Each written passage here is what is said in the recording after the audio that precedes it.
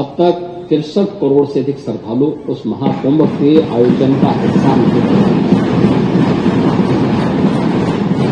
उनके शुद्धिकरण के बाद ही उससे वहां पर वो किया जा रहा है। जो आप कहते हैं भेदभाव हुआ है, किसके साथ भेदभाव हुआ? किसी भी प्रकार का भेदभाव नहीं किसी के प्रति, न अमीर गरीब का भेद है। हर बार इनकी कोशिश महाकुंभ को बदनाम करने और फेल करने की रही, लेकिन गए और जाकर के आपने उन सुविधाओं की मुक्त कंठ से प्रशंसा की और आपने इस बात को कहा। और जब मैं यहां पे बोल रहा हूं कि महाकुंभ में अगर विश्व स्तरीय सुविधा नहीं होती, अब तक 63 करोड़ से अधिक श्रद्धालु उस महाकुंभ के आयोजन का हिस्सा नहीं बने।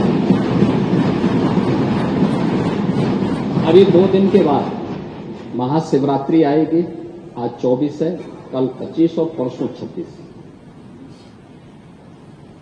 26 फरवरी तक मेरा अनुमान है कि जिस प्रकार से देश और दुनिया महाकुंभ के प्रति आकर्षित है, यह 65 करोड़ की संख्या पार होगी। जो आप कहते हैं भेदभाव हुआ है, किसके साथ भेदभाव हुआ?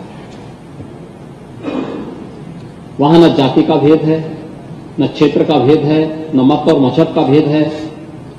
किसी भी प्रकार का भेदभाव नहीं किसी के प्रति, न अमीर गरीब का भेद है।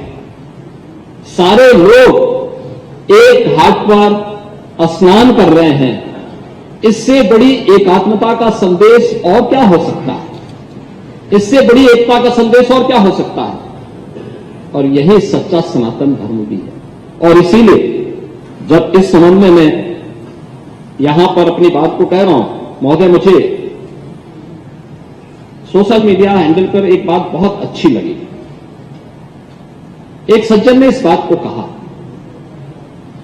और उसने जो लोग महाकुंभ का विरोध कर रहे थे उनके बारे में उसने बहुत सटीक टिप्पणी की। उन्होंने कहा कि पिछले 1.5 महीने में आप वामपंथियों, समाजवादियों की बाल खगाल लीजिए, महाकुंभ को लेकर के विश्व भ्रमण के अलावा कुछ नहीं दिखेगा। गंदगी, अव्यवस्था, पर्यटकों की परेशानी के अलावा इनकी बजबजाती वाल पर दूसरी कुछ भी नहीं मिलेगा। लेकिन इन सबसे इतर धरातल पर इनकी बजबजाती विचारधारा का कोई असर नहीं है।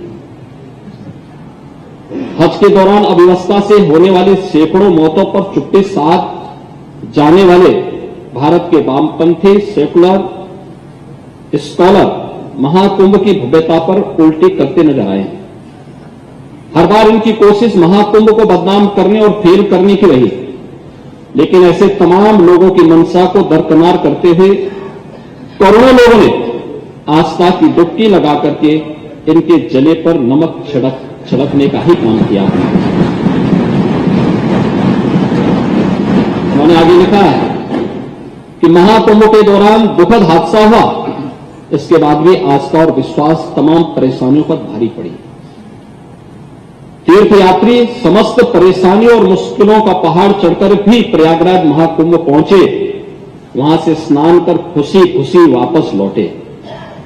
रिश्तों के जटिल समीकरण का परिभाषा गढ़ता महाकुंभ अब समारोह की ओर है, लेकिन यहां से निकला संदेश हर सनातन के मन में अमिट छाप छोड़ गया है।